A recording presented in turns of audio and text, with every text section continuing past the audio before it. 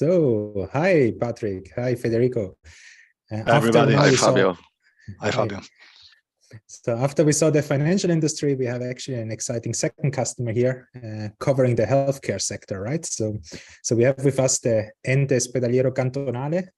So in short, I think it's also pronounced EOC, right? Yes. It's actually an exciting Flowable customer, which is using our products to automate several use cases within the hospitals in the Ticino region here in Switzerland, right? So all Italian-speaking hospitals in Switzerland are covered, so to say, by our customer here.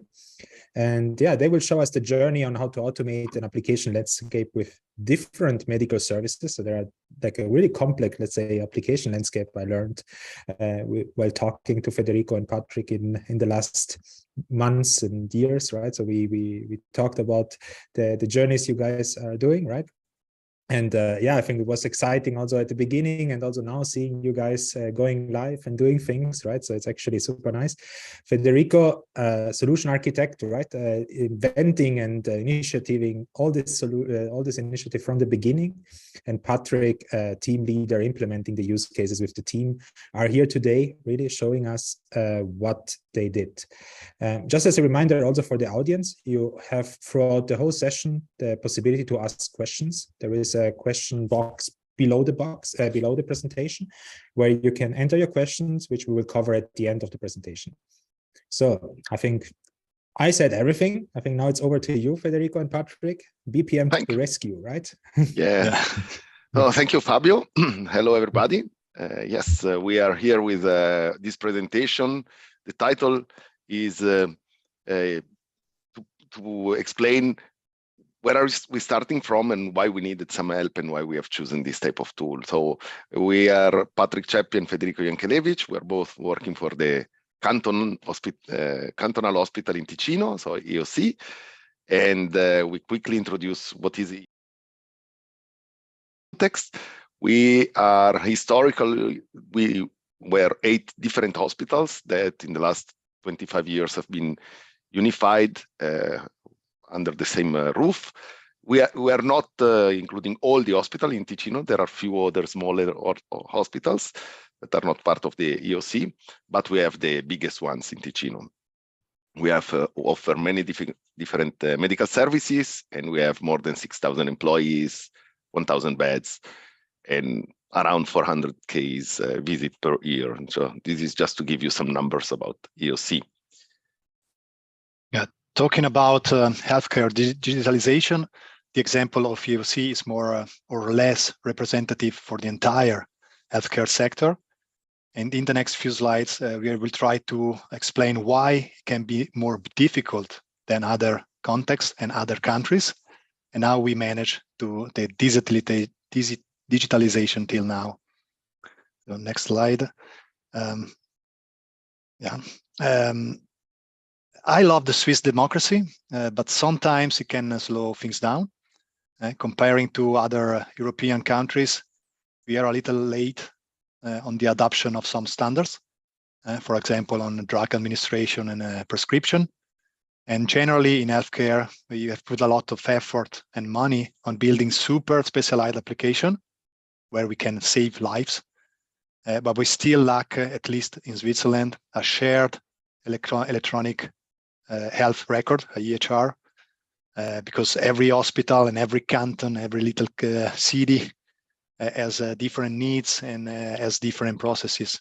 So there's no pressure on that, at least in Switzerland, but we still have no obligation on adopting a common solution. If you want to move forward, we have to change drastically our mindset. But how can we change it? We need interoperability, we need leadership, we need governance, we need to share the same targets. Everybody, we have to align all the incentives and have the same. And we all have to have the same commitment to transformation. Next slide, please. Another interesting things that also makes digitalization more difficult to implement, that slow things down, is that in this context, exception seems to be the normality. So differently from other sectors like banks or assurance, we have a 24/7 applications that have to face frequent changes. If the patient gets worse, we have to act immediately. We cannot wait, and we need a software that aligns itself with the patient status. And if a user is in a hurry because he got to save a life and has no permission to access a patient record, we have to be able to break this restriction, because a life could depend on that. The main focus for all medical staff is always on the patient and on the screen, and not on the it's on the patient, not on the screen and the software. Those are not the primary concern for them. And on top of all these problematics, the software have to keep track of everything is happening, because we have some low expectation there, and the laws also change every once in a while. So we have also to keep track of that. And given all these problems, let's see how EOC managed through the years the transformation to digitalization. Next to you. Yeah, thank you. So yes, exactly. We are going quickly through what happened in the EOC in the last 20 years. Before 2000, we already started, but in 2000, we started implementing in-house the administrative tools to handle patient registration and all the billing functionalities that are needed to have a working hospital. It took a few years, we improved a little bit, and then on top of that, we started specializing and implementing vertical services really tuned for specific clinical needs asked by our doctors and nurses. And depending on the user profile, we were able to give each user the proper functionalities they have to use. And so we built a lot of vertical systems. In 2014, we started adding iPads across the hospital so that the doctors and nurses could work close to the patient bed. And this tool was very useful to help the coordination of the work. So the doctor could give a prescription, a medical prescription, and the nurse could execute it. Or, for example, a dashboard where you can have an overview of the whole state in your ward or department, so that you can see all your patients. And this went very well. We digitalized a lot, and the current state is that we have today many solutions, highly powerful also solution. We also have multiple vendors. Not everything has been implemented in-house, but ourselves. But obviously, we also have a lot of custom code to integrate or to implement specific functionality. This is our current state. Patrick. Yeah, as Federico is saying, right now we have a solid system that really works well, but we still have some work to do. The main problem is that the cognitive effort for our user is just too high. It's the user that knows exactly what he need to do, in what order you have to do that, and how long to wait between activities. There is a lot of know-how in our medical staff, and they are telling us to free them up from that know-how. They want the computer to know this know-how and not them, because it's just too hard, and they have to focus, as I said before, on the patient life. This also become a problem when a user leaves the hospital for another, and we have to train new people coming up. So we have to pass this know-how. So we have a solid system, but we are facing a lot of challenges, technical ones and human ones. Let's start with the technical ones. Much emphasis has been placed on developing highly advanced custom software that meets the needs of hospitals and medical specialties with different rules and habits and needs. But the integration between all these really custom application is hidden inside the application code. It's coded somewhere in our code base, okay? And from a technical point of view, it's becoming really hard to maintain such fragmented modules. And right now, for example, we have no clue if a process is respected or not. And it's difficult for us to identify if something didn't go the way it should. And also, what if a user forgot to do something? Because, for example, if it was too late in the evening, and then he wanted to continue later in the morning, but then he forgot, how can we be sure that the processes are followed in the right way, or a challenge that we have to manage somehow. In the other side, we are facing also human challenges, because as I said before, hospital doctors, nurses, and secretaries have this know-how in their mind, and they know what to do and which order. And right now, they have found a way to not forget things and to keep track of everything.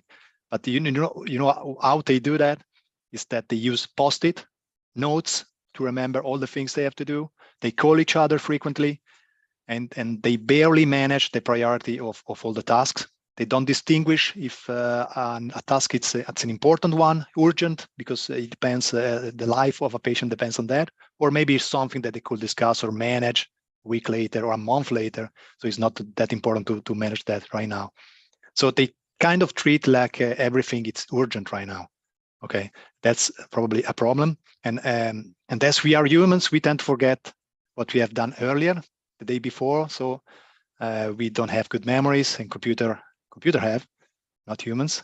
And sometimes we rely on work that we have to be that have to be done from other people, and this is difficult to keep track of that. So I know what I've done, but what if my next work depends on other people? Okay, and then people goes on holiday, they get sick. We have to delegate the work to someone else. And right now, also, it's all organized by themselves. There's no PC, nothing helping them. They got to remember everything. And another human factor, also important not to forget, is that we are lazy as humans. And so if the software somehow is too exigent, or it's just slow, or is not guiding us in the right way, we will find some shortcuts. And so maybe to speed up the process, and this could have some problems for data integrity, legal factors, and so that could be also a problem. And yeah, back to you, Fede, and your microphone open. Sorry. So yeah, thank you, Patrick. So the current state is that we have a good level of digitalization, but we are missing some of the expectations, and we have some bad feelings, or some feedbacks we are receiving from our doctors and nurses working with our tools. One that is quite interesting is they have the feeling the bureaucracy seems to have increased with the digitalization. Partially is true because the bureaucracy, the legal expectations have increased, and our system is not yet able to automatically fulfill those expectations. So we are asking some additional data than before to our doctors and nurses. So they are right, but the real point is that the feeling is the computer should be able to automatically do that. And this is what they expect from our system. And this is the missing piece. Actually, we are collecting all the data, but we are not automatizing the distribution. Another feedback we are getting is that all those vertical silos that we developed independently with different teams from multiple vendors, they are really heterogeneous. So it's missing a coordination between the different user experience and a way to move from application 1 to application 2 easily and to be driven in that. And the fourth feedback we're getting is, as Patrick described before, sometimes you want to go home and you want to continue tomorrow morning the work you are doing, but our system is not ready for that. It's not thought for that. And so if you stop most of the time, the morning after, you have to redo some of the steps you were already doing the day before. And so we are trying to improve on those 4 feedbacks. To do this, we have this slide where we add the BPM to the rescue. The idea is to add a layer on top of what already works. We are very happy with what works today. We want to drive our user across the different pieces of the system. So why we have thought about a BPM, a business process management tool?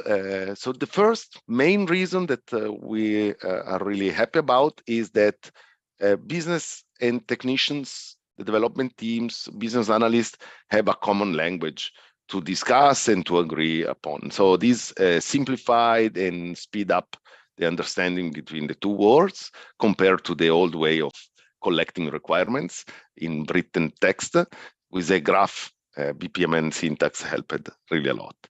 Then another advantage is that the BPM per definition is asynchronous, so you can wait after one task and something will start afterwards. So this help to resume a work I paused. And there are concepts like tasks, group assignment, delegation that are already perfectly implemented inside a BPM. Other advantages are that it's much easier to measure efficiency and effectiveness of your process because the process is defined with a business terminology. And so it's very easy to understand those metrics when they appear. It took 2 days to do step 1 and step 2, for example. And this is very easy to be understood by the business people. And then we have we gain the possibility to have a view from above. How is it going? A process that is sometimes taking days to be completed. We can see that we are halfway through that. Obviously, the documentation is improved because the BPMN diagrams are running code, and at the same time, they are also documentation. So you don't have discrepancies, an older version of the documentation. And we have less bureaucracy because we are much, there is less interruptions or discussion or abstraction between what you discuss with the customer to what you implement. What you see and what you discuss, it is what it's run in the software. So choosing a BPM, the second main reason was that it allowed us to have a top-down approach. So we were already having a digital system with a lot of events and all those microservices integrating at the bottom level through events. And like we said, we have all those microservices that are like the columns of our temple. And now with the BPM, we are adding on top a structure that help us orchestrate with orchestration or choreography. We are currently considering the process, the BPMN syntax ideal for the orchestration, and instead the case management for the choreography. And we are having different benefits using each tool differently. Another thing that motivates us to choose a BPM is that we wanted to have an agile product, agile in the sense of a tool that allowed us to implement rapid prototyping when needed. We want to evolve quickly. We want to put the prototype in production and try it with our doctors and nurses to see if their processes or their work experience improves, and we can quickly iterate every 2-3 weeks. And as we said, as soon as it is approved and they are happy, we can put in production for the whole hospital. And the other big advantage with the BPMN is that the versioning concept of a process is intrinsically provided by the BPM tool.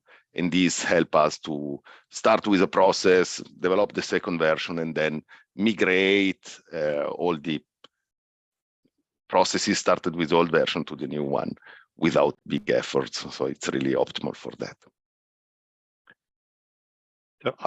So how we choose the right BPM product? Helped by a consulting company, we compared 3 different open source products. And we first tried a real simple process that could help us better understand the tools.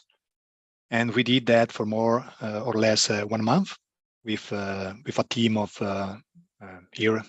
developers here in EOC.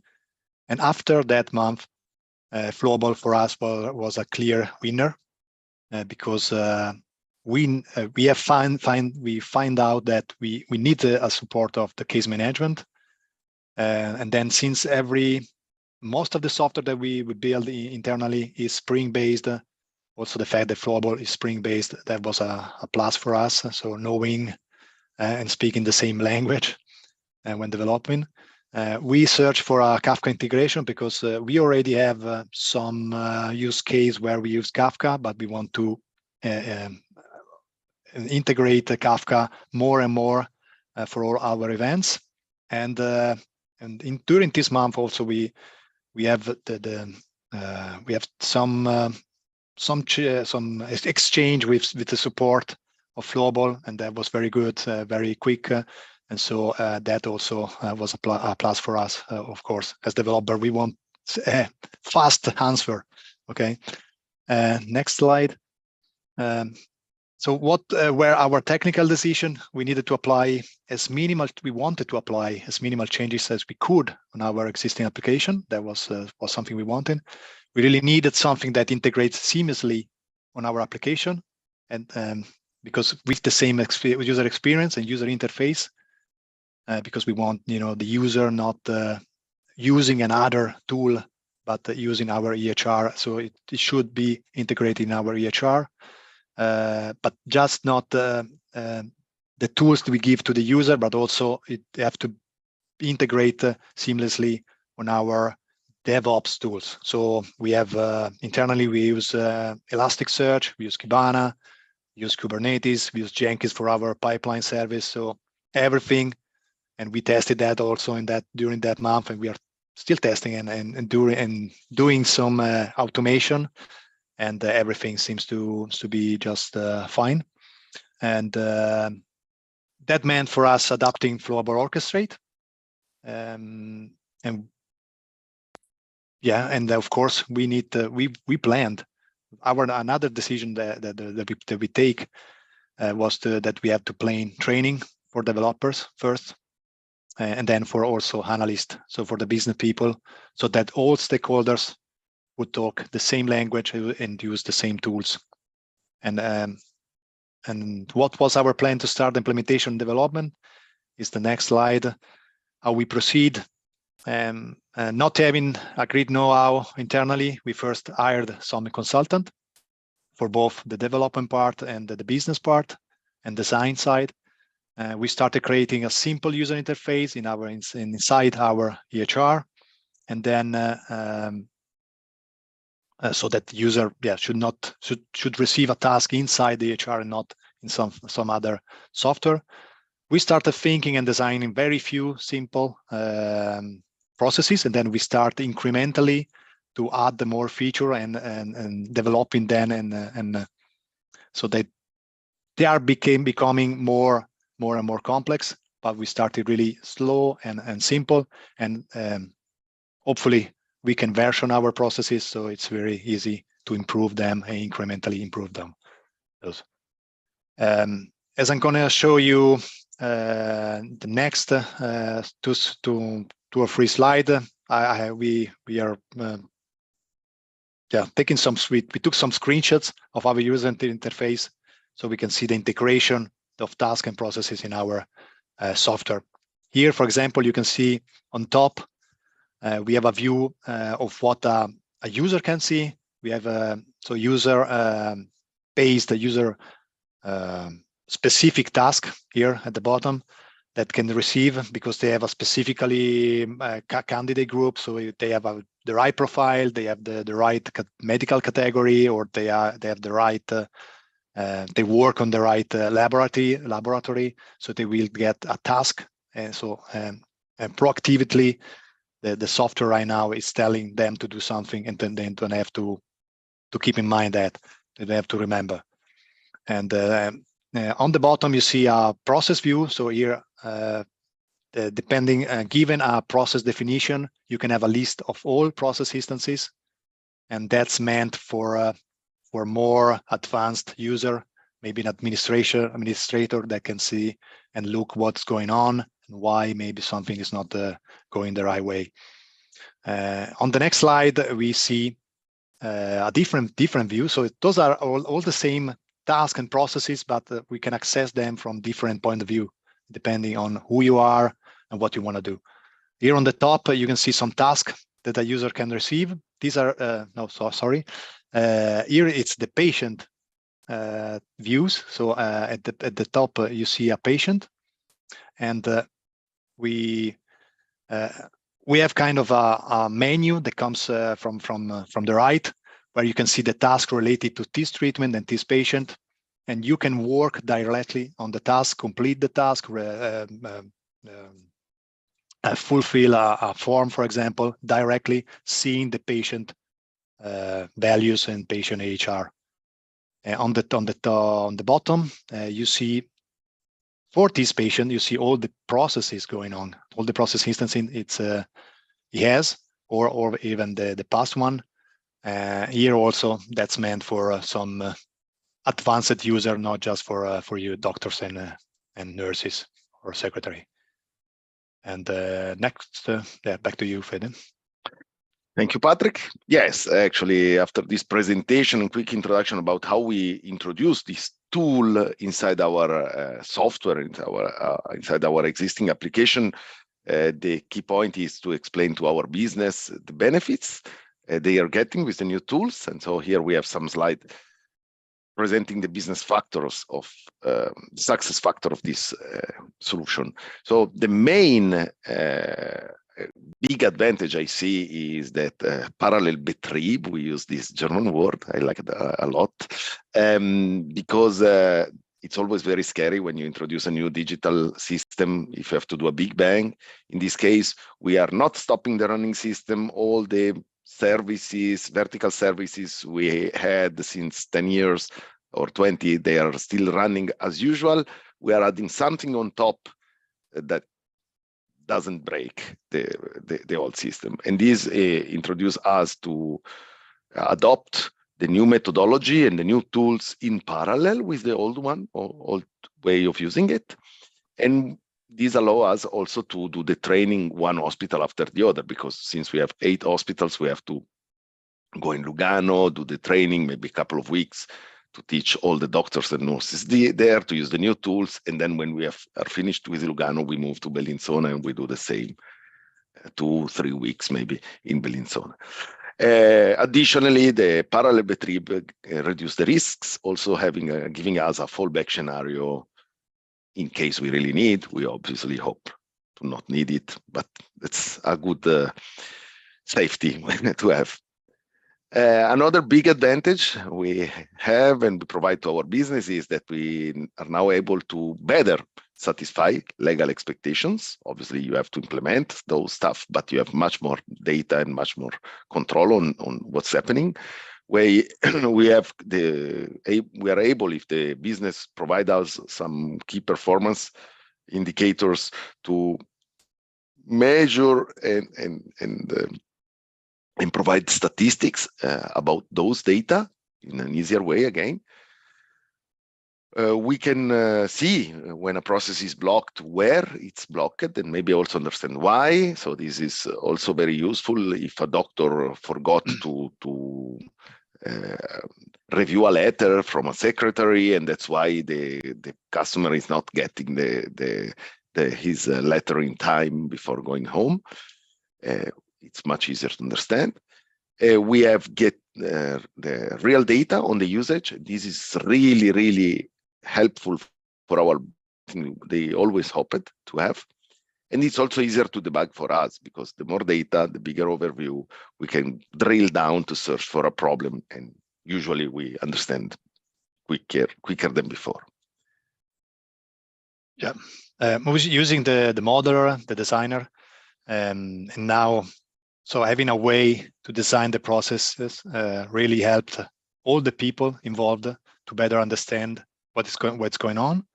So that is for all stakeholders, but also for us developers, that I will say now they have like a Swiss Army knife for more robust and explicit code. And versioning the process is also better managed. It's easier to evolve as the requirements changes. And we can take advantage of the BPM to decouple the applications from the processes and have more cohesion and separate, the right responsibility. And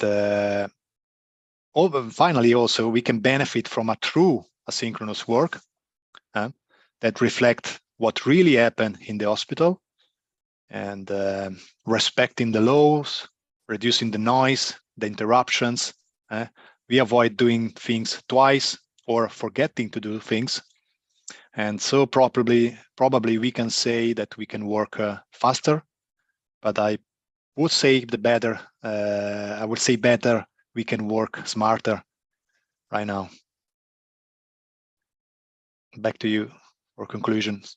Yeah, so the key point for us is exactly that we wanted to give to the hospital a tool where we could easily improve iteration after iteration, and with the BPM we found that.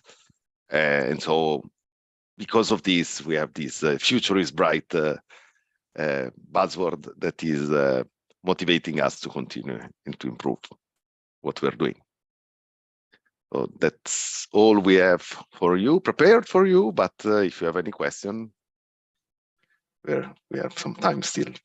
Fabio. Yes. So I thank you very much for the presentation. I actually learned even a lot, even I knew what you guys doing. So it's actually super interesting to see, let's say, after a few months, how the situation evolves and also what you guys doing. Yeah, I mean, we got already some questions from the audience, and yeah, for the audience, as also for the last session, you always have the opportunity to continue to ask questions in case you have any question. In the bottom of the, like under the, let's say, the screen flow, you're going to have the possibility to enter questions. But one question we got from the audience is a question regarding data privacy and sensitive information, because I think what the audience said, like, how is data privacy and sensitive information handled in the EOC solution? Because I assume like medical data is quite sensitive data, right? Absolutely. Maybe can I answer, Patrick? Yeah, go ahead. So absolutely, we are paranoid about the data, sensible data. We really don't.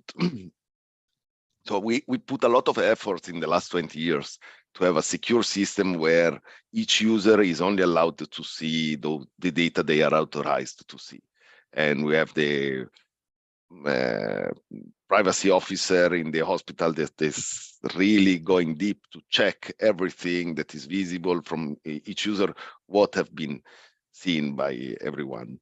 For us, the topic is very important, and the simplest decision we took was we don't put any sensible data inside Flowable.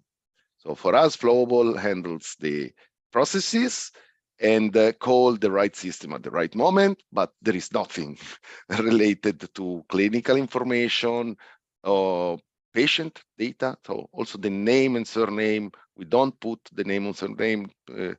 Flowable only use the IDs, and then in the GUI, depending if you're authorized to see the name and surname of the user, we are resolving the number to his real name and surname.